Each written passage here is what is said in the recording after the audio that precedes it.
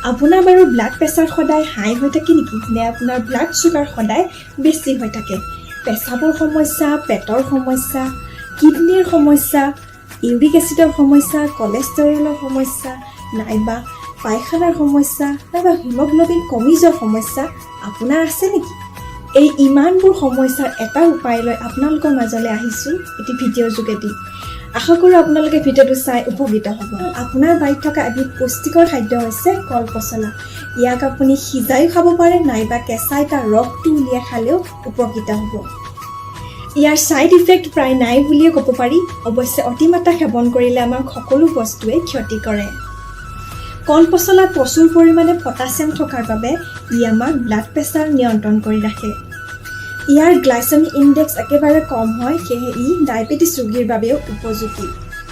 কল পচলা যথেষ্ট আঁহযুক্ত হয় সেয়ে ইয়াক খোৱাৰ পাছত বহু সময়লৈকে আমাৰ পেট ভৰি থাকে অৰ্থাৎ ভোক নালাগে সেইবাবে আমাৰ ওজন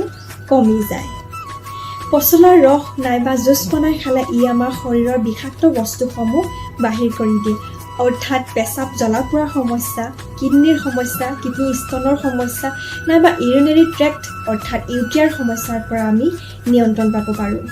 ইয়াত প্ৰচুৰ পৰিমাণে আইৰণ আৰু ভিটামিন B6 থকাৰ বাবে আমাৰ শৰীৰৰ তেজত হিমোগ্লোবিনৰ মাত্ৰা নিয়ন্ত্ৰণ হৈ থাকে ফলত এনিমিয়া ৰোগ দূৰ হয়